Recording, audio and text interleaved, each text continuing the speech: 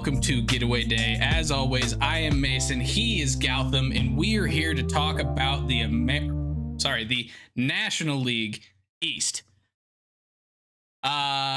We've been doing our division previews here. This is now going to be the fourth division preview. So if you have not listened to any of the others, we've done the Centrals for both the NL and AL. We've done the American League West, and then tonight is the National League East. So, and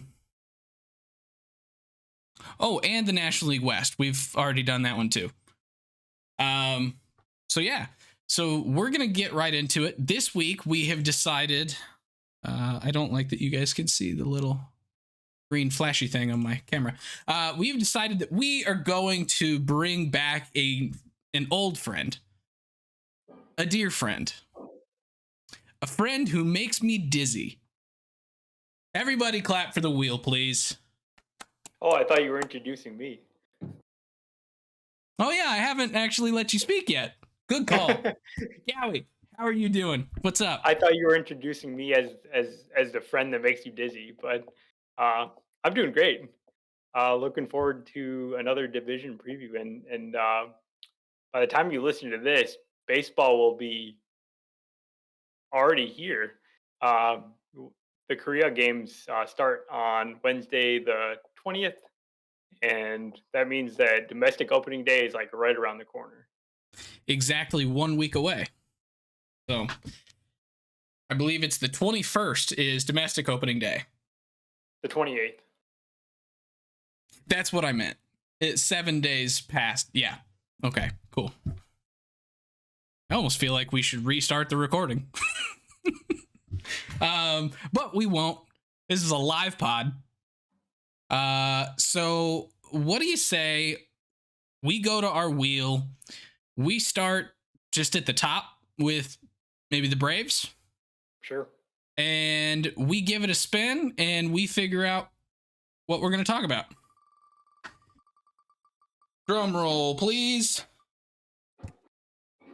Ooh, this is going to be a fun one right off the bat. So the Braves lineup.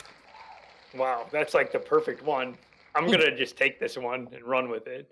Hold on, real quick. Did anyone else hear the wheel clapping? Clapping? Yeah, the wheel just started clapping. Oh, I mean, it's clapping for the Braves offense, which was I love it.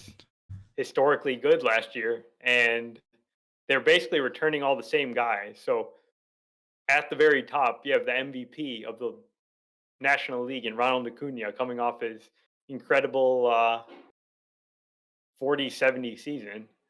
And then all the guys that back him up and just drive him in constantly. Ozzie Albies, Austin Riley, Matt Olson, who was pretty close to winning the MVP himself in a regular year, Marcell Ozuna, Michael Harris, Sean Murphy. Like, this lineup is unmatched. I don't think that's like even a controversial statement at this point. It's like the best on paper lineup. The biggest thing with the Braves is almost like just a pure mathematical regression thing. Like, can they do the same thing again? Just because it was so insanely historic and they just scored so many runs, like, there's got to be some pullback. Do you see any guys in the regular starting lineup that you think might take a step back here?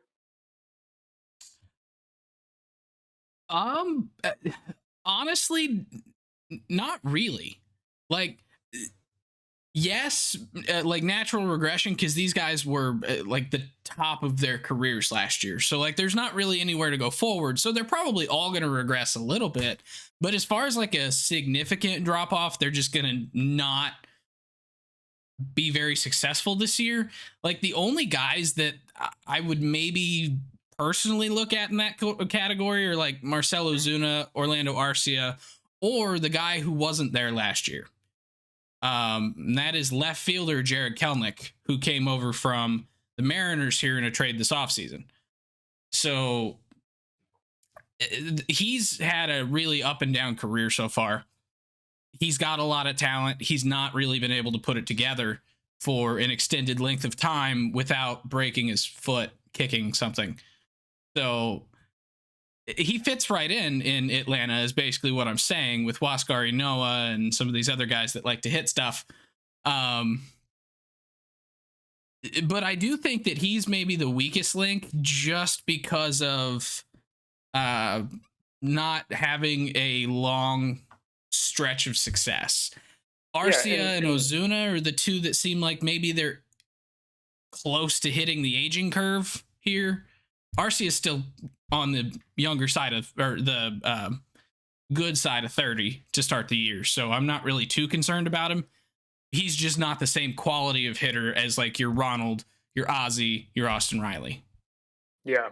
I think Kelnick is almost just like whatever he does for them is a bonus. He doesn't have to go out there and be a star at all. He doesn't have to hit in the middle of the lineup like he did with Seattle. He just has to be the 8 or the 9 hitter and be roughly average, and I think they'll be totally fine with that because the strength of the lineup is so high, so strong. And getting back to the question that I asked about regression, I think some of these guys are going to regress, but I don't think it actually matters. I think they're still going to be an elite offense. All right, we should probably, for the sake of time, because we're trying to finally figure that whole time thing out. Let's go ahead and spin the wheel again and see what we're going to talk about with the who would the next team be? The Phillies. Phillies. All right.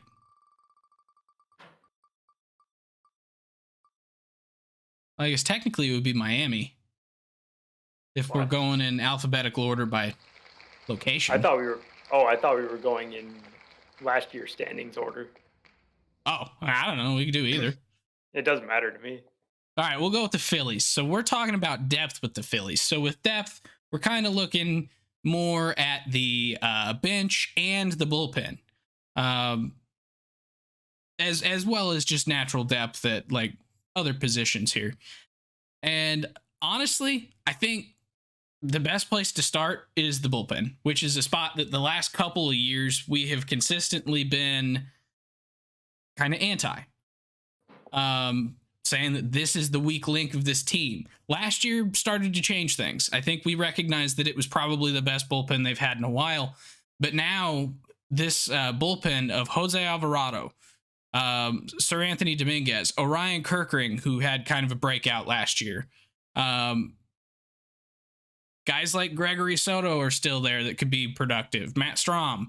So this is a pretty strong bullpen if about half those guys pitch on how we've seen them be able to throw in the past. You didn't even mention my favorite reliever in the bullpen, Jeff Hoffman. The guy was absolutely lights out last year for them, and he was always a guy that was a huge arm, but he just had never really put it together in his previous stops. And when he became like a member of the Phillies, he really just like kicked it into another gear, and he's been a totally different pitcher. I think that whole bullpen is just full of really talented arms, and I agree. It's like a total strength of the team now. It's not even like a average bullpen. I think it's on the high end of bullpens. It's probably the best bullpen in this division. I mean, the Braves have a good one too, but they're very good.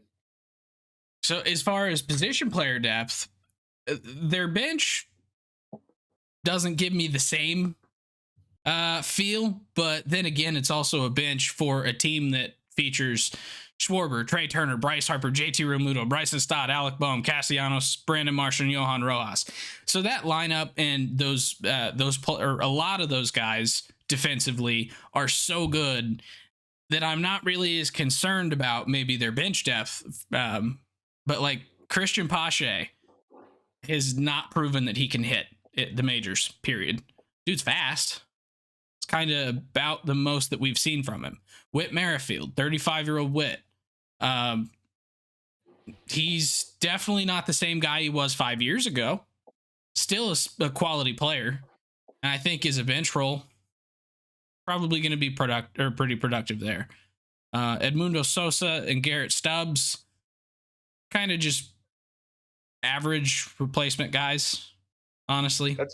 I think you had a good point about their starting lineup playing a lot, and they're a lot like the Braves in that they basically go 7 deep in the lineup with guys that will basically play every single day. So the depth is like a little bit less important. I think, yeah, Merrifield's a pretty good sub to have, super sub, because he can play infield and outfield. Pache is like they're fine. I think their bench is fine. It's like when I think of depth with this team, though, if they do sustain some injuries to their big players, I don't know if they have prospect depth to come up and really help them this year. Yeah, which part of the part of the roster here that I was actually concerned about most with depth, starting pitching. Looking back through, that's actually where they do have prospect depth in guys like Mick Abel, shoot, Griff McGarry. yeah, Griff McGarry. Thank you. And some of these young guys, and then Andrew Painter, once he comes back from injury, maybe he can get it back in gear pretty quickly and be kind of some late season depth there. So, I don't know, anything else on depth for the Phillies? No, I'm good. Ready to move on. All right. So next up is the Marlins. Prospects in breakouts for the Miami Marlins. That's an interesting one. So I honestly don't even remember who they still have as prospects. I think so. I guess a lot of the guys that are close-ish, Max Meyer, if he's healthy this year, he'll probably be up in the majors. Some of the other guys that are close are Jacob Amaya, Xavier Edwards, Dax Fulton's at AA, but they're not inspiring, right? It's not like there's no can't miss prospect that's in the wings for this team. And kind of looking at the roster here, they have kind of a weirdly old team for not being that great. Like they've got veteran players in your Josh Bell and your Tim Anderson, Avisail Garcia, Brian De La Cruz, who's like a kind of a young veteran. I mean, they don't really have a whole lot of exciting players other than Jazz Chisholm in the starting lineup. So the thing that kind of is weird to me is that Jesus Sanchez is still the young guy. So maybe he's our breakout pick. I think he's probably our breakout pick. They do have some youth in the rotation. Yes. Guys like Yuri Perez, who came up last year and pitched for a bit. Actually pitched for most of the season. AJ Puck, not exactly young anymore, but he is finally healthy. He is getting looks for a starting role, and he's been looking good this spring. I think he's a guy that I would have on my breakout list. That's a good one, yeah. And then he's a guy that... I was going to say, and then the other young guy is Ryan Weathers, who came up with the Padres at like 20 years old. Didn't really take off like they had hoped. Now he's over in Miami, and he's still only 24. And he's kind of showing out this spring, so he's another guy that was off people's radars because he hasn't been really good in the majors, but he's looking really good now. So, like you said, he's 24. He still has time to take off. The other guy that I think is maybe worth mentioning is forever prospect Sixto Sanchez. He's slotted for a bullpen role. At one point in time, he was the big guy, the big prospect for the Marlins. Kind of a power pitcher that just seemed like he was a can't miss guy. And then injuries kind of took that and steered him pretty far off course. So he did not pitch in 2021 or 2022 and only pitched in one game in 2023 at AA. That's a lot of missed time. Wow. Yeah. So it's going to be interesting to see if he is able to come back from that and what we're going to get from him this year. But he is looking like he's probably going to have a bullpen spot here on this team. Yeah. If he can get back to where he was a few years ago, yeah, he could be absolutely electric out of the bullpen. I think it's just a big health question. Yeah. All right. So the New York Mets of the borough of Queens. Let's talk about their rotation. And yes, I am Oh, repping the New York Mets from the borough of Queens with my black hat. I think that's the best hat that they've ever had, personally. it reminds me of Mike Piazza for some reason because I feel like they used to wear that a lot in And that David era. Wright. Yeah. Anyways, the Mets rotation. I mean, we have to make mention of Kodai Senga, who's now going to be out for um, some extended amount of time, maybe a month, maybe longer. We don't know, but it leaves this Mets rotation in a very bad spot. There's some nice things that I have to say about their lineup, which I don't think is too terrible, but their starting pitching is really not good. And I think that's going to be the main thing that limits this team in actually being competitive this year because their opening day starter is Jose Quintana. And he's a guy that's clearly on the downside of his career. Doesn't really have like great velocity or great stuff or anything. He just is He getting missed a significant amount of time last year too. yeah. So he's getting up there in age. He's not always healthy, and he's really not reliable for giving him good performance either. So Yeah. um, he's not like he's not what you want at the front of your rotation. There are other interesting guys in there, like Luis Severino could be a big bounce back candidate on a 1 year deal with the Mets. Sean Mania also kind of a guy that's trying to bounce back here. So we're banking on bounce back candidates and older and proven not very good pitchers like Adrian Hauser and Tyler McGill, another guy that doesn't really have much experience or track record of success. So overall, like this is a bad group. Well, and one of the biggest things that I'm maybe concerned about with Jose Quintana is last year in his 13 starts, he was about a tick and a half down from his average fastball velocity. And so he's down at about 90 now. If he can manage to get back to 91 plus, he might be able to find some effectiveness in his fastball and pitch pretty well. I mean, looking just kind of at his career, it seems like when he's got some velocity on his fastball, he tends to be okay. Like whenever it dips, he ends up not playing so hot. And that's kind of what happened last year. He still had a 357 ERA. Like wasn't bad in those 75 innings, but he also wasn't good.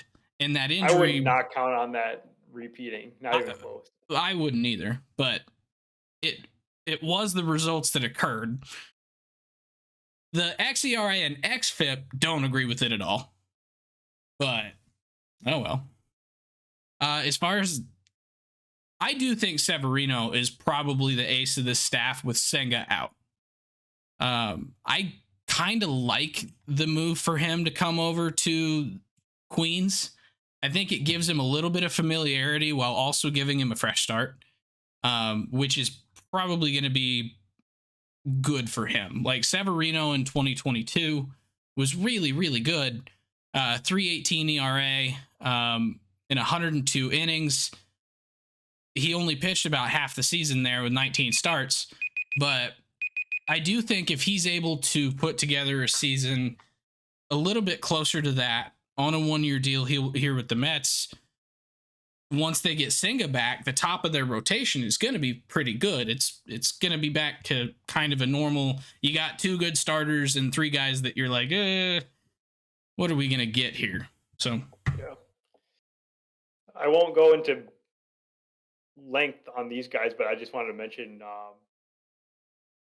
Mike Vasil and Christian Scott are in the minors, and those guys feel like are going to get a chance here because of this really rough staff that is going to need help over the course of the season. Those are like interesting prospects that they have. yeah. All right. Nationals time. Nationals time. Nationals time. I hope we get prospects. Okay. We did not. We What did we did not get? get that lucky. We got the lineup for the Washington Nationals. Oh boy. Okay. So this lineup is interesting in maybe not the best way. So it has some really good young pieces. CJ Abrams right off the top. Second half last year, he was looking really, really good. He's a top prospect, a former top prospect from both the Nationals and originally the Padres coming over in the Soto deal. Then you have Lane Thomas, who has been pretty good for the Nationals since he came over from the Cardinals. Then you go through some rough patches here with Joey Gallo, who's not really been the same guy the last couple seasons. Joey Meneses, who was like a breakout, it is a rookie at age 30. Now he's going into his age 32 season, and last year he did not replicate what he did in his rookie year. Keibert Ruiz, who solid young catcher, nothing crazy good that I've seen at least. I don't know if you've got some extra insight there on Keibert that should make me a I lot like happier. him. I think he's a solid catcher, and he's maybe still got some growth in him. It's not like he's a finished product at this point. They brought in Eddie Rosario, but he's not even technically on the 40-man yet. But he's probably going to be their left fielder. Senzel I mean, at look third at base. the other options. I think Eddie Rosario is basically guaranteed a spot on this team. Yeah. Like, it's really bad. Like, you're going through guy by guy beyond Abrams, Thomas, who's definitely a solid regular player, and then Keibert Ruiz. Like, the rest of the lineup are not. Is there still hope for Luis Garcia? Maybe. He's like the one guy that I feel like is not. He might have some growth in him, but I still don't feel like he's going to be more than an average regular. And I mean, maybe that's all they need, but there's no chance for any of these guys to be a superstar other than maybe Abrams. Yeah, I guess the main point here is this lineup is weird because it's a combination of a few really good young guys, and there's some more prospects coming up behind them that I think there might be one or two guys that we'll probably see this year. James Wood. Yeah, James Wood is possible this year. Dylan Cruz is at least at Major League Spring Training right now with them. I feel like he's not going to be up this year just because this team's going to be so bad. What's the point? Yeah, that's fair. But James Wood could change the complexion of this lineup quite a bit because the other half of this lineup is made up of older castouts. Basically, yeah. Because they should be better at this point. Why are they giving so much playing time to guys like Eddie Rosario, Nick Senzel, Joey Gallo, Joey Meneses, Jesse Winker? Like, this is not how they should be using the at-bats.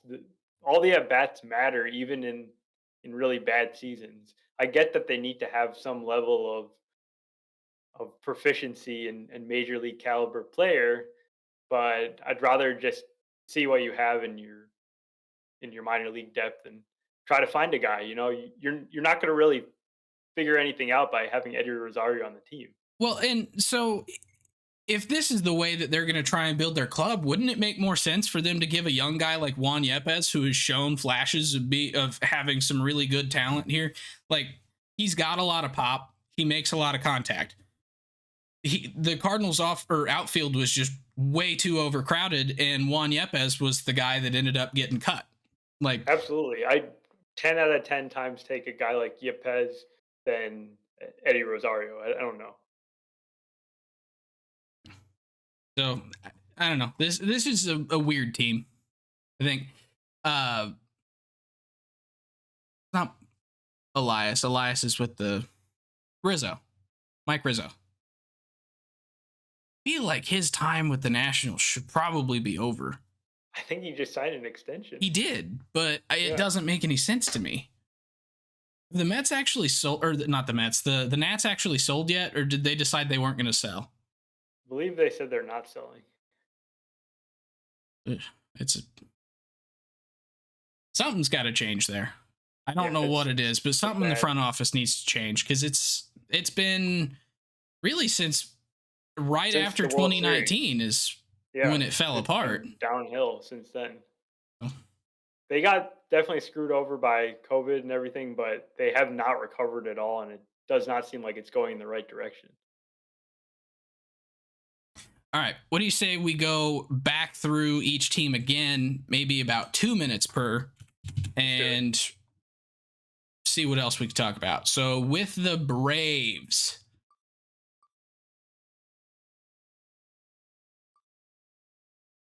there we go. I thought we were going to get prospects in depth, and it's like, well, or prospects and breakouts, and it's like they're going to run the same guys out. But no, we're going to be talking about depth for the Atlanta Braves. Okay. And there was an article on Fangraphs about a week ago, where they had basically tried to come up with a way to show strength of depth in a roster. And the way that they were doing it was by running the projections for the team and then taking their best player, according to WAR from last year, out, running the projections again, saying that that player is going to be out for season, and then keep pulling guys off and replacing them with the next guys. And the Braves were probably the team, well, not probably, they were the team that had the biggest drop off if you take their best player out.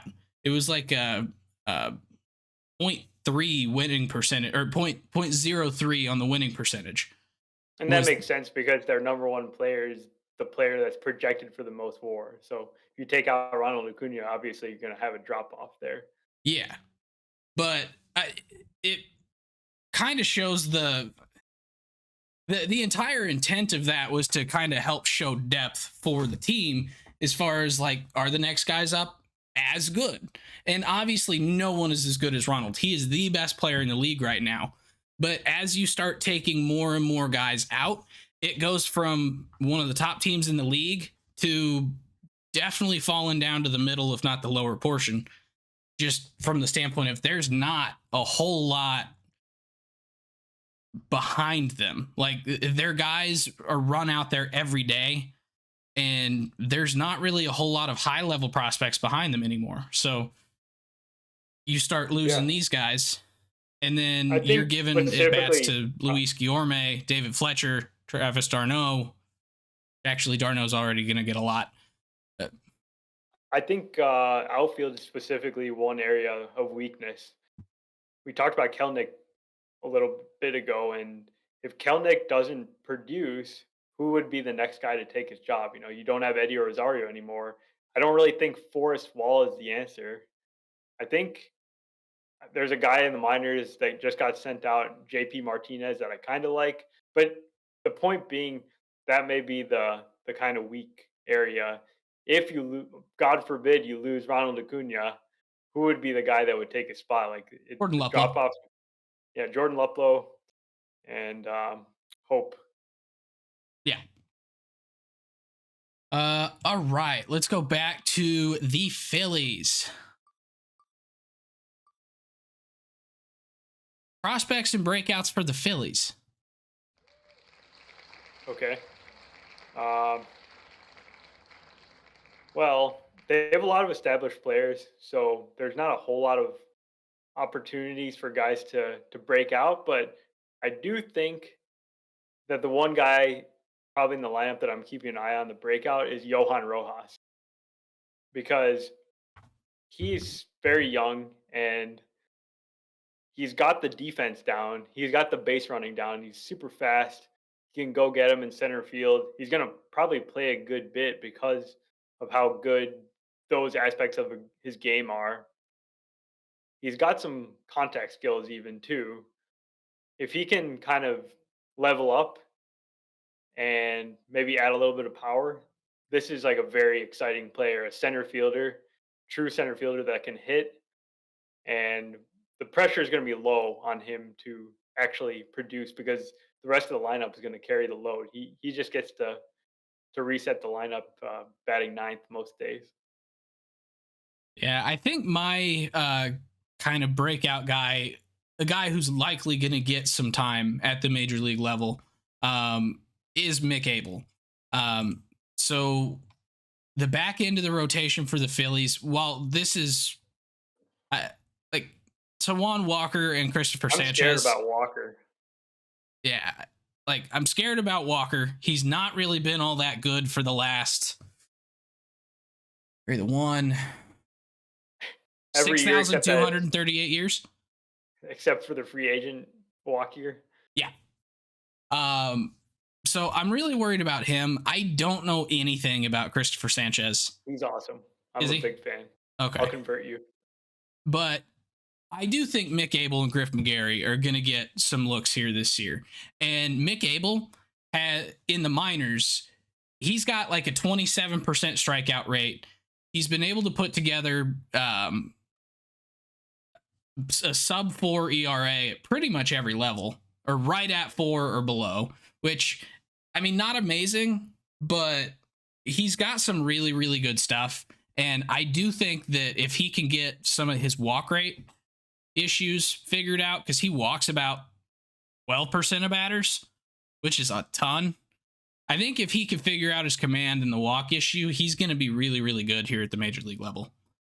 So I would think that maybe him or Griff McGarry are probably the two guys to watch, because they're the two guys that are going to get the most opportunity.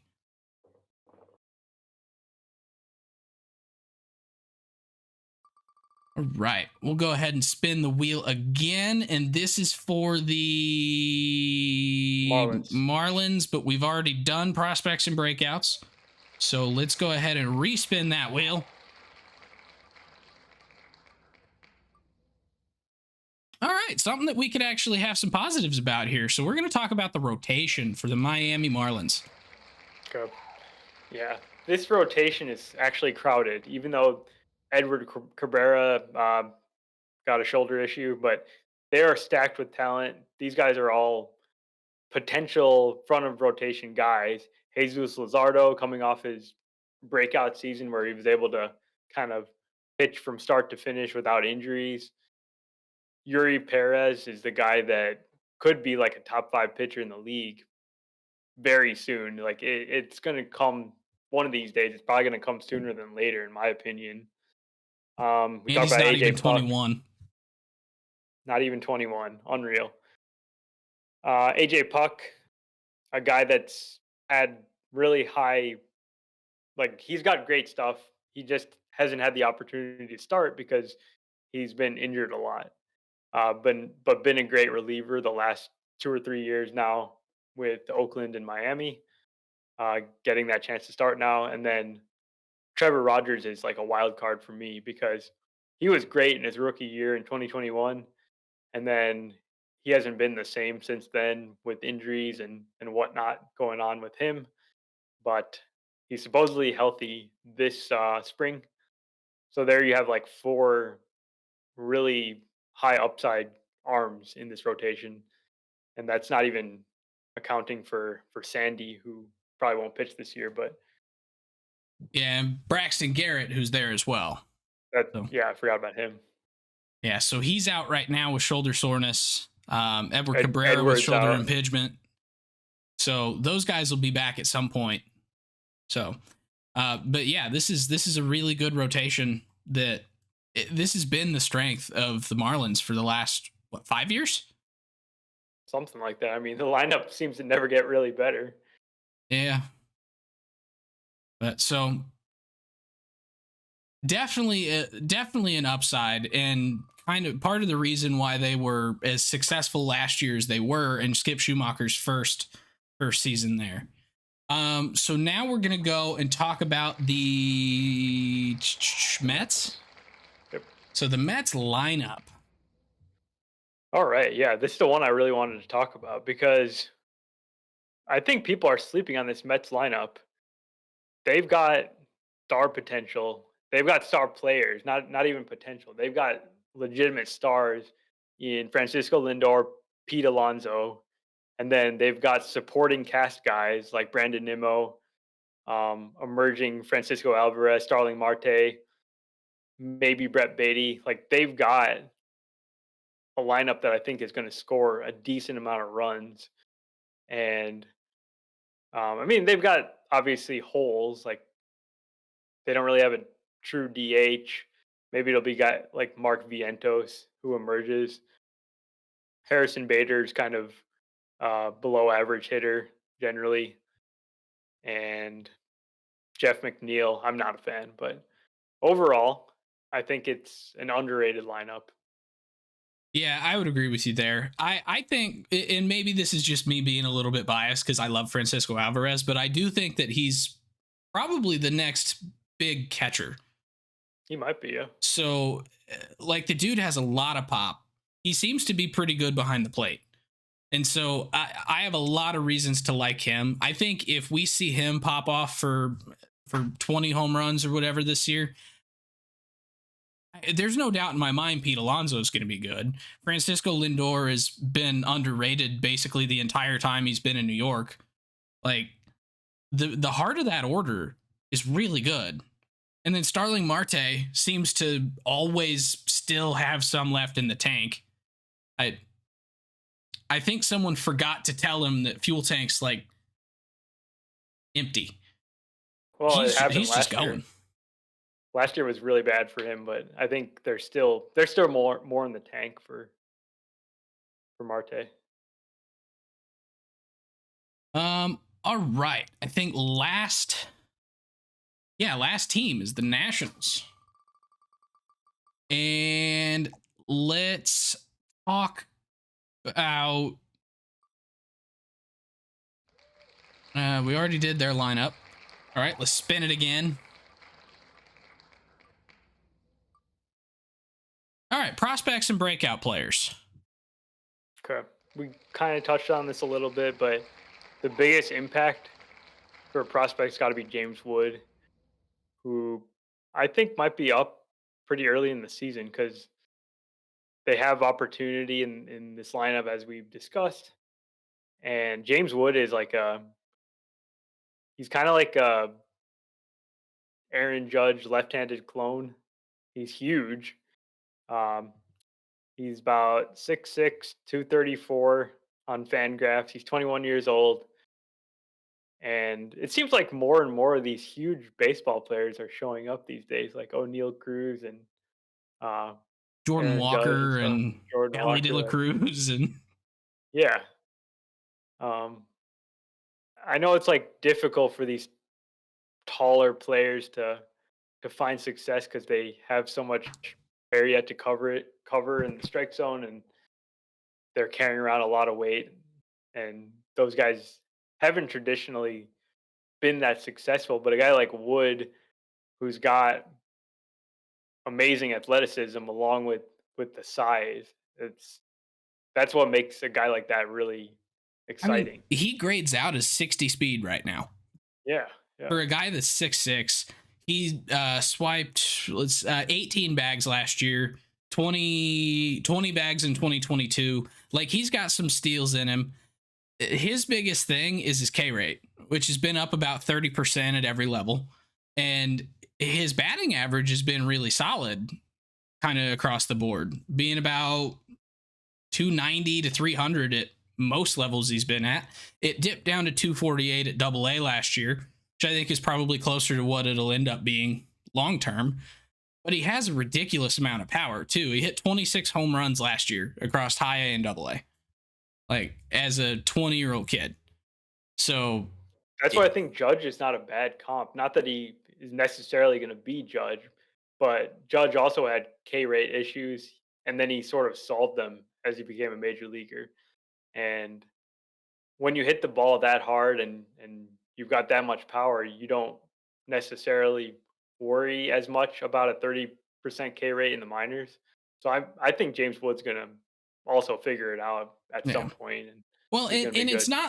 it's not like he's just swinging at everything either, because he has a really, really good walk rate, up around 14-15% too.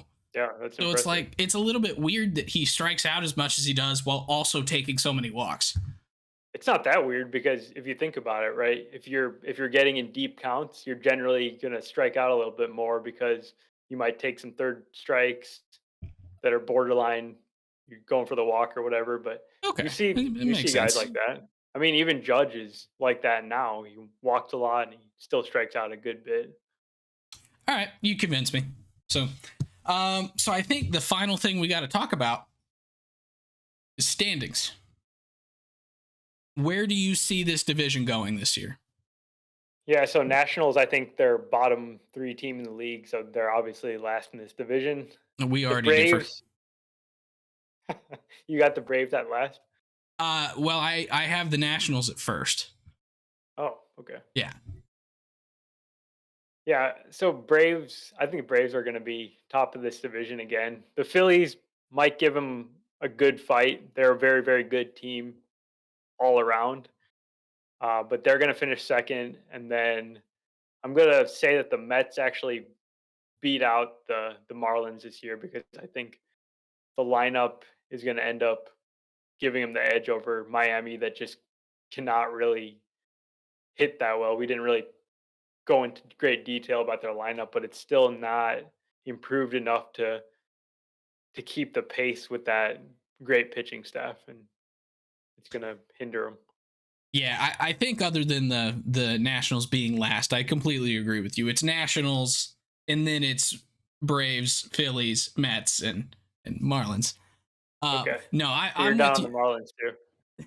Yeah, no, I'm kind of exactly the same boat for the exact same reasons. To be honest, like this is just, I feel like this division is the easiest one to look at and go, I think this is what's going to happen, because it seems like the flaws for these teams are glaringly obvious. Like, and it's clear which teams are more flawed than the others. Like, there's no debating it. It's kind of like there. It doesn't seem like there's a ton of parity at the top. Yes, the Phillies are really good. The Braves are amazing, but I think the Braves are just so amazing that they're that upper echelon that the Phillies probably can't reach with only 2 to 3 really, really good starters. I think they would have to have a fourth guy that's a sure thing in the rotation to be able to keep up. I do think that the Mets and the Marlins both could be teams that end up actually competing for the wild card, and that could be the surprise of this division. I think in general, this division's a bit underrated because people are definitely sleeping on the Mets, and the Marlins are while I don't think they're a good team, they're not the Nationals and they're not some of the other worst teams in the league. They're just clearly a level above that, and they're probably a 500 team or around there. Yeah, like without thinking about it at all, there's about 7 teams that they're better than. So, but yeah. Cool. So that's what we got for you guys for the National League East preview. So thank you for hanging out. We will see you back here next week, if not sooner. If you enjoy the podcast, please subscribe on your favorite podcasting app or YouTube to make sure you don't miss any future episodes. Join the conversation on Facebook, Twitter, Instagram, and TikTok at Getaway Day Pod. If you enjoy card collecting, check out our sister YouTube channel at Getaway Day Cards.